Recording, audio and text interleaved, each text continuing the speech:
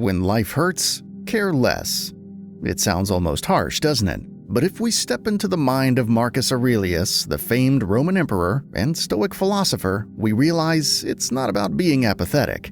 Today we'll explore Marcus Aurelius's perspective and discover how caring less can actually help us care more about what counts.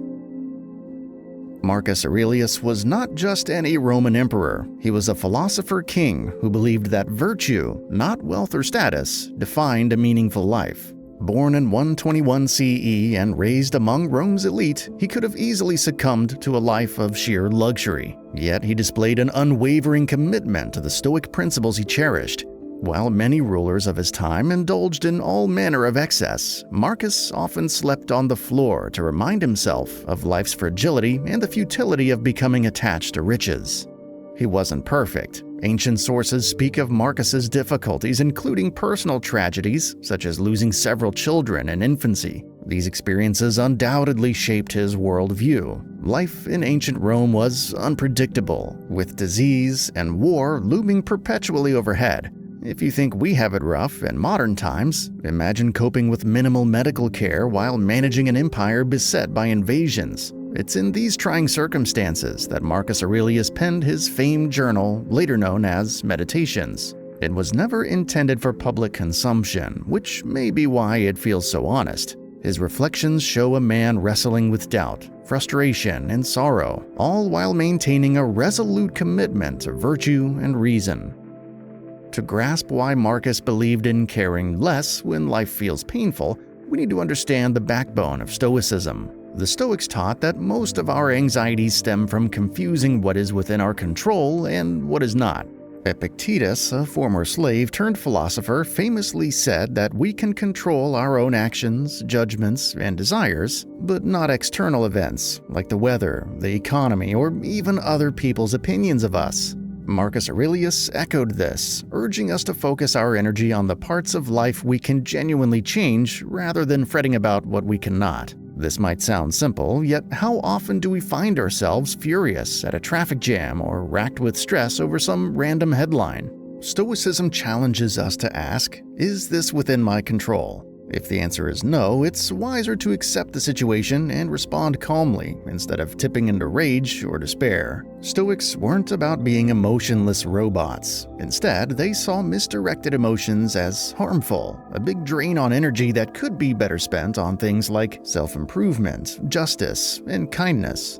Marcus Aurelius understood that human imagination tends to cook up endless scenarios of doom and gloom. Even in the 2nd century, with no smartphones or 24-hour news cycle, people worried about the what-ifs. Marcus felt that we endure more pain from our own fearful imaginations than from actual reality. Think about it. We get ourselves all worked up about tomorrow's meeting, the next year's finances, or decades down the line in retirement without realizing that we're missing the present and sometimes freaking out over nothing. So what did Marcus suggest? Don't waste time imagining catastrophe after catastrophe. By focusing on the present moment, we trust ourselves to solve problems as they arise, using the same rational thinking that we're using right now. We tend to underestimate our resilience and panic about situations we haven't even encountered yet. According to Marcus, that's like fighting an army of ghosts, exhausting and utterly pointless. He wasn't advocating for blindness to planning or caution, but rather cautioning against letting our anticipation of problems overshadow the quality of our lives in the here and now. Just as the future can be terrifying, the past can be a dragging anchor. Marcus recognized that regrets, shame, and old grudges often bog us down, stealing mental energy and preventing personal growth. He pointed out that the past, no matter how remarkable or tragic, is firmly out of reach. We can't go back and rearrange those events like a deck of cards. Interestingly, researchers today confirm how unreliable our memories can be. We often rewrite our past with bits of imagination, cultural bias, and emotion. Marcus would shrug at our longing to fix the unfixable. Instead of wallowing, he believed we should glean lessons from past experiences. Dwelling on regrets becomes an act of self-inflicted punishment. He'd argue, learn the lesson, then let go. Jokes aside, if you're still kicking yourself for that questionable haircut from 1985, it's time to adopt some Stoic wisdom. Move on and put that mental energy to better use. For Marcus Aurelius, the present was a golden opportunity to practice virtue. Life in the Roman Empire was no picnic. There were wars, plagues, and political drama that would make our modern reality shows look tame. Yet Marcus believed that no matter how dire the circumstances, we can act with justice, honesty, courage, and self-control. He saw obstacles as tests of character. Think of them as training sessions in the grand gymnasium of life. He advised people not to wish for a life without challenges, but to develop the fortitude to face them. Aligning with nature, in Stoic terms, means recognizing that we are part of a grand cosmic order, governed by natural laws, where everything has its time. We shouldn't cling desperately to fleeting comforts, nor should we resist inevitable changes. If you've lost something you cherished, maybe your job or a prized possession, Marcus would say, you haven't really lost it, you've just returned it to the world. While that might sound a bit new agey for a 2nd century Roman, it carries a powerful reminder. Nothing truly belongs to us forever, so we'd best not invest our entire identity in external things. Now, what does it truly mean to care less when life hurts? A lot of folks might misinterpret Stoicism as a form of emotional numbness. However, Marcus Aurelius was compassionate. He tried to treat people fairly and hoped that others would also live by reason and virtue. The phrase "care less" is just an invitation to not care excessively about things beyond our reach. It's about cutting out the emotional clutter that weighs us down. Picture a backpack loaded with unnecessary stuff. If you're lugging it around, you'll be too tired to do anything meaningful. By letting go of needless worry over the future, the past, or other people's opinions, you free up your mental resources. This creates space for more constructive pursuits, like connecting with loved ones, or finally tackling that side project you've always dreamed about. When you stop devoting endless energy to what you cannot control, you often discover you have more to give where it truly counts. Marcus Aurelius's Meditations is intriguing for a number of reasons, one being that it was never meant to be read by anyone else. Imagine writing in a private journal each night, poring over your struggles and aspirations, never expecting the world to see it. That's exactly what Marcus did. In these pages, we find him exhorting himself to rise above anger, to remain patient with irritating people, and to remember that everything passes, including life itself. He had plenty of reasons to be bitter. He ruled during the Antonine Plague, which devastated the Roman population, and he spent much of his reign at war. Yet we don't see self-pity in his words. Instead, he attempts to maintain a certain perspective. The universe is vast, human life is finite, and we each have a role to play, no matter how large or small. Here's a quirky bit of info. Some modern translations of Meditations can be conflicting, as the original text was written in Greek, not Latin. Scholars debate certain nuances, which leads to minor variations in how we interpret his advice. This just adds to the mystique of reading a private journal from an emperor who never intended it to be published in the first place.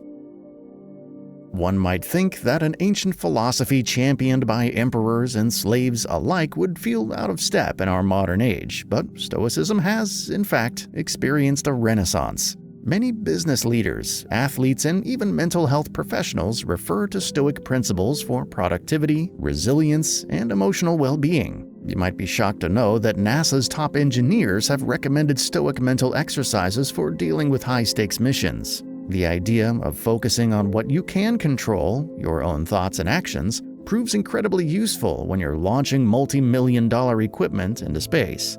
Stoicism's practicality extends to more everyday challenges. Middle-aged Americans juggling career, family, and financial responsibilities often find Stoic strategies refreshing. Instead of spiraling about a potential job market downturn, they channel their efforts into upskilling and saving. Instead of rehashing past mistakes, they learn, adapt, and move forward.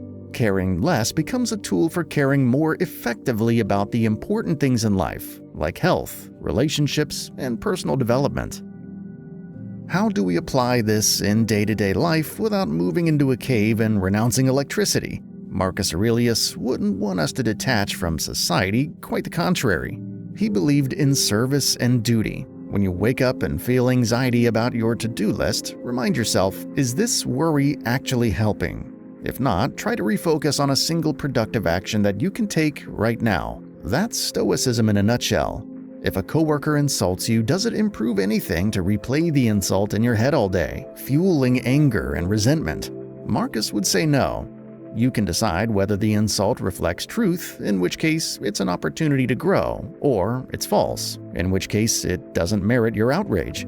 Jokes aside, if we all embraced a little more stoic detachment, we'd probably have far fewer heated social media debates. The principle isn't to be indifferent to injustice, but to remain calm and clear-headed when facing problems, enabling rational and virtuous responses. It's worth mentioning that Stoicism doesn't advocate burying emotions entirely. Marcus experienced grief, worry, and anger, but he used reason as a tool to respond constructively rather than react impulsively. This approach resonates with modern cognitive behavioral therapy. Therapists often encourage people to question their negative thoughts. Is this thought accurate, or am I catastrophizing? That's essentially a Stoic exercise. On a lighter note, if your teenage kid slams the door when you suggest cleaning their room, a Stoic might say, separate your reaction from the event. The slamming of the door is external. How you respond is internal. Of course, in real life, you might still need to address the behavior, but you do so from a place of composure rather than frustration. Caring a bit less about the door slam can help you care more effectively about maintaining household harmony and guiding your child's behavior. A big misconception is that Stoics are essentially joyless monks. In truth, Stoics can experience happiness, love, and contentment, just without the emotional whiplash that comes from chasing every desire or crying over every inconvenience. Marcus Aurelius cherished friendships and family bonds, though he balanced that with an acknowledgement that everything is transient. Rather than letting that realization depress him, he used it as motivation to act with kindness and gratitude in the present moment. He advised people not to pin their happiness on wealth, reputation, or even health, because all of those things can change in an instant. Some folks might find this idea gloomy, but it's actually liberating. If your sense of self-worth isn't anchored to external factors, you gain a kind of emotional freedom. That's one reason modern advocates say Stoicism is more relevant than ever. Our hyper-connected world bombards us with comparisons and shiny distractions, but Stoicism nudges us to stay centered on what truly holds value.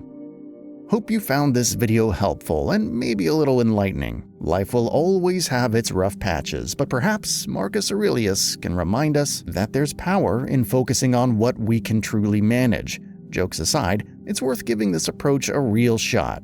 If you enjoyed today's discussion, please subscribe to the channel for more insights and musings on philosophy and personal growth. Thanks for watching, and remember, sometimes caring less about what hurts lets you care more about what truly counts.